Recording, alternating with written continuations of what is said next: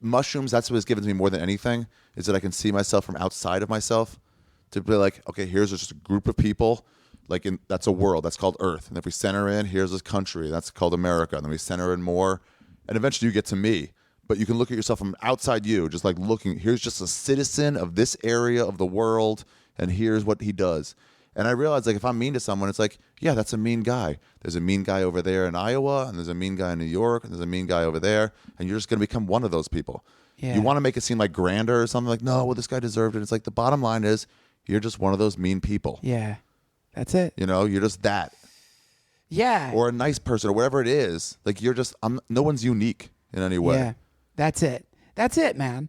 It's a simple thing. It's kind of like, what kind of world do you want to live in? Yeah. What's the world you want to live in? What would you rather have happen to you throughout the day? Would you rather have, when you walk by people, them yell that you're a fat piece of shit? Or would you rather have surprise novelty events where super cool people come into your orbit and give you some light?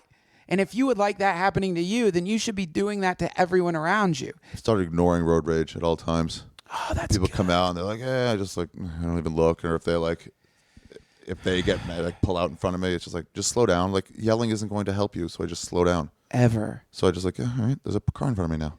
That's a great exercise, man, because that road rage feeling is a cool feeling, because that feeling, that sticky anger feeling where you get it, it's kind of like, for me, it's like anytime I do something where I become a dick, it's always preceded by a kind of black anger, like a sticky, shitty black anger. And then that results in me saying something cruel. So like that feeling of black anger is the root of depression. Right. That is the source of depression, is like having this kind of inside of you, this poisonous, black, swampy energy. That's what I think. I think it's anger. I think people have said that depression is anger turned inwards, I believe. Turn inwards? Maybe I could see that. I'm trying to like become more aware of that feeling. Yeah. So if that feeling is happening, don't act. Yeah, and then you just let it go. You can just decide to let it go. Yeah. When I made up with Bobby Lee, it was like you just make a decision to let it go. Yeah. And then your feelings don't follow right away, but they will shortly.